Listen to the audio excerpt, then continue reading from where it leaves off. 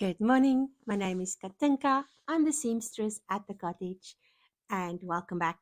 This is the last day of 2023, and usually I will have like a clean with me video or showing you what I've done for the year, but this year I'm going to do it a bit different because this year my wheels came off. But first, I want to show you my cup. It says, I take a bullet for you, not in the head, but in the leg or something else. It's from my friend Krista, and it was such a giggle. She sent it to me for Christmas with a few other goodies, and I am so chuffed with that. And there's a little heart in there. So I'm having my Trader Joe's coffee. It's good. Don't like Starbucks, but this is awesome. So let's get going. I have realized this year that I have acute, unfinished project syndrome. I made a note of it. So I thought it was just me. I thought it was something I made up. And then I went and I Googled it.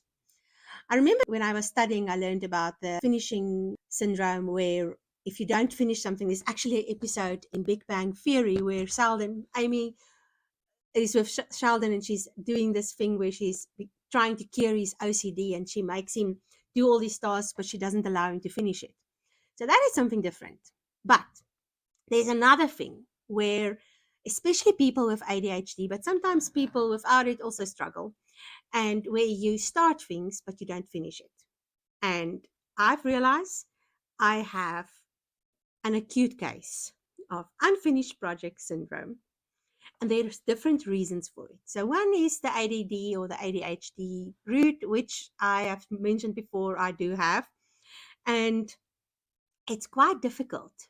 But through 50 years of living, I've learned how to manage it. I've learned how to cope with it, and there's mechanisms and techniques that helps me to function normally, according to the rest of the world. Still a mission some days, but mostly I cope quite well. But this year, there's a few things that happened. I gave up my cushy little life, which was not always easy, but there was a pattern, there was a routine. I could keep my routine, and I decided to give it up and to go and travel the world, because every hero needs a quest. And I decided it's time for my quest because maybe I could be a hero. Not sure I'm there yet. At this stage, I feel like the Bart hanging upside down because he sings so badly in Asterix and Obelix. So with this whole whirlwind of traveling and going places, my world has been a bit out of control. Now, one of the things that happens when you feel out of control is you take control of things that you can.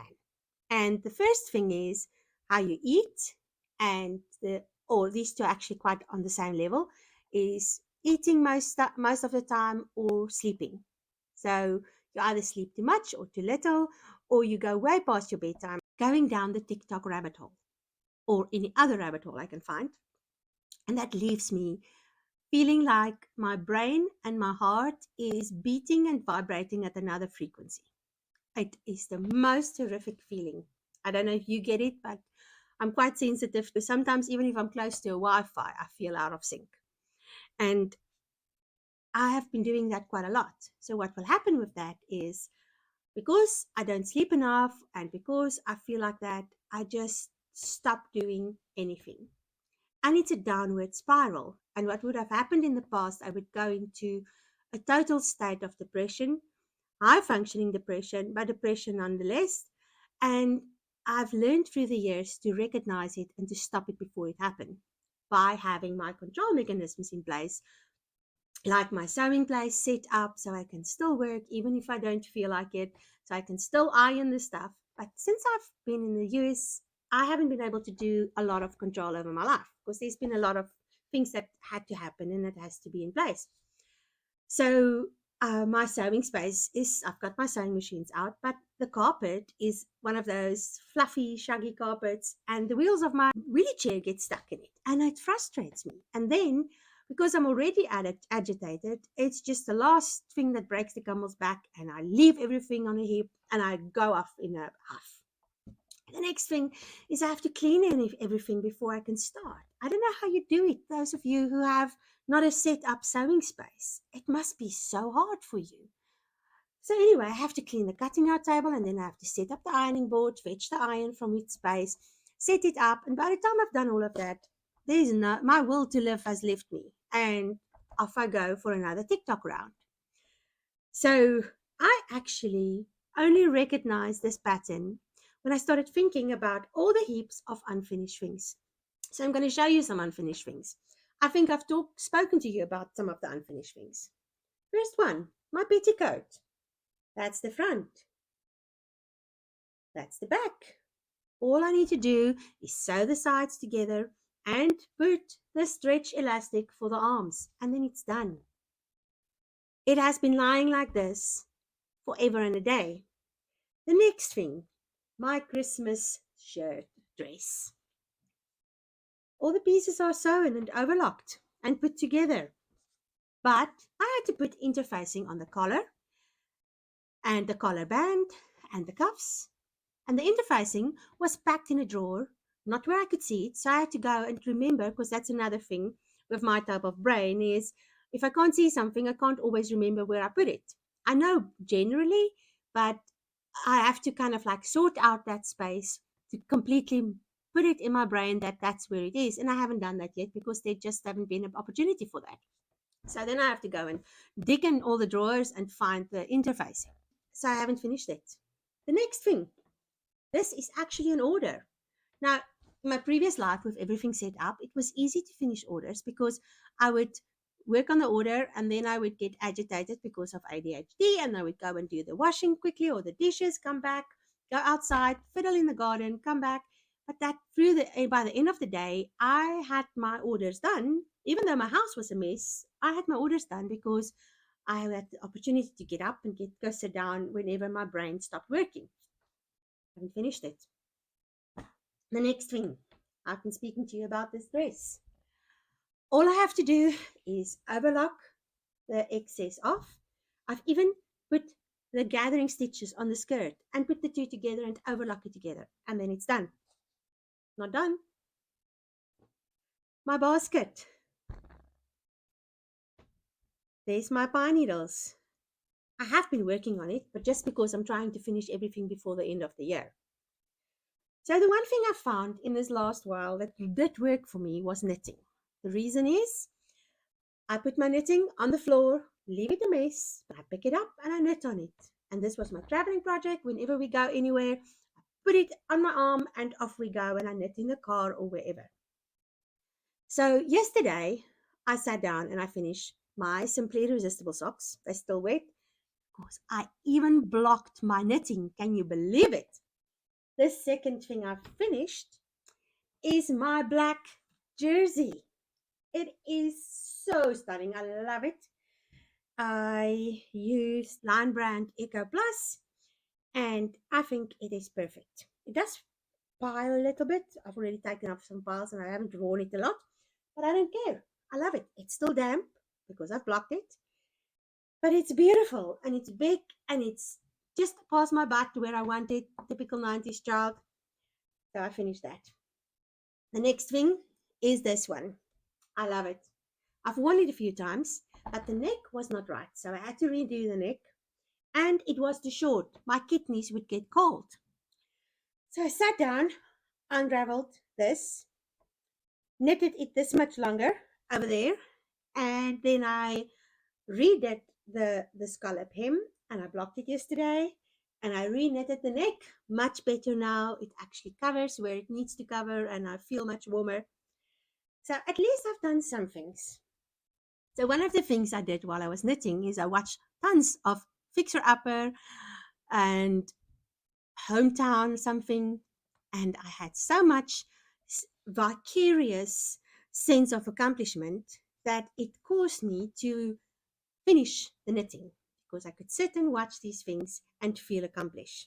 But I went and I refreshed my memory. I do have an honors degree in psychology and I am a qualified life coach, but I do not apply any of those things to myself. So I decided I need to go and remember what it is all about. So one of the things that I found was starting is gratifying. There's a dopamine release when you start something. So for me to start all of these projects, it's a quick dopamine release because it's quick to cut out and just do the overlocking of the side seams. It's quick to sew all the sides off and do the gathering stitches. And that makes you feel like you've accomplished something because you have that dopamine release. But then, while you're busy with a project, there's not so much dopamine that's being released. There's a little bit, but it's not that spike. And also, when you finish a project, there's also a downside to that because often I call it after greatness depression. Often, when you finish something, you don't have the expected release of dopamine. It's almost like a letdown, and oh, that's finished now. One of the reasons for that is because you feel like now, oh, it's finished. What I'm going to do next. But the other reason is it's just the way your brain works. So some people it's about the project, and for some people, it's about the finished object. And you will have people that will start tons of things because it's called novelty seeking. So they want to learn a new stitch or they want to know a new way of doing things. And I find myself sometimes doing that as well. But for other people, it's about the finished thing. They want to wear that thing or they want to have that duvet or that quilt in their house. And I'm a little bit of both, but I had to teach myself through the years to only choose projects that I need in my wardrobe or that has a purpose. Otherwise, I do not finish them. And it was quite interesting to sit down and to just go and look at all of these things again to realize why am I in this place at the moment. So to get myself out of procrastination purgatory, I've realized that I have to take a project, imagine how I'm going to use that project or wear that project or send that project. It's part of the process. If you can see it happening, for your brain, it feels like it's real. And then when you go to your wardrobe and it's not there, so it's not just, oh, I'm going to imagine I've got it. You literally have to feel the feelings of how you're going to feel when you wear the dress. How am I going to feel when I wear this dress? I love the fabric. I love the feel of the fabric. I'm going to feel comfortable because of the pattern. I'm going to feel pretty because of how I imagine wearing it with the other clothes in my wardrobe. So I'm busy getting that in my head. Same with this petticoat. I'm not going to be irritated by my dresses anymore because they climb up on my tights because I have a petticoat underneath. So that's the things that I've been putting in place in the last 2 days. Visualizing how I'm going to feel and use the things when they are done. I know I've been rambling a lot here today, but I realize that if I'm struggling with this, I'm sure there's some of you out there that also have these problems. And it's not the end of world hunger problems. It's just problems that makes me feel like I'm a failure.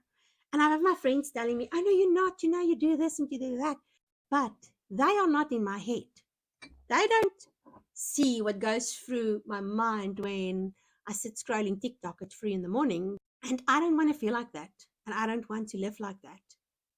And I thought, if I go down this hole of finding out how to cope with all of this and how to deal with this after my life has been turned upside down, my choice, I'm not complaining, but I need to learn how to live with that and how to still live with myself.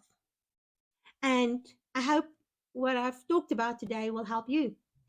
Firstly, will help you not to feel bad about yourself because it's unnecessary. You're not the only one out there. We all go through it. And it's not my place to tell you how to feel about yourself. But I don't want to feel bad about myself anymore. So one of the things I'm going to do is there's 2 more days. And with ADHD, it helps if you put yourself on a quest. You know, like when you play these adventure games and you go on a quest and you have to go and capture the crystal or whatever. So I don't call it tasks anymore. I call it a quest. So what happens on a quest? On a quest, you have to find the sword that can slay the dragon so you can get to the crystal. So my quest is I have to find the sword. The sword to finish this is to iron the interfacing onto the facing. And then to put in the grommets. Because when I've done that, that dragon is slain The sword to finish this is to change the cotton on my overlocker to navy blue to overlock off the excess, and then I can gather the skirt, sew it together, and finish it. The sword to finish this. I don't know yet because I really don't know. I like working with this fabric, but I'll find a sword. And the sword to finish this is to do all the interfacings and then just start pinning it together. I still don't have a solution for my chair that gets stuck on the carpet, but maybe I must just grow up and get a helmet and just deal with it. Life is hard, get a helmet. Like that from Candace Owens. I still giggle about that one. Anyway, thank you so much for a year of chatting and questions and hearing your thoughts on things. Thank you for coming along on my crazy adventures. And thank you for just being here and chatting with me. I really appreciate each of you, and I hope you have a wonderful end of 2023, where 2024 will be more than you ever expected. I'll see you next year. Goodbye.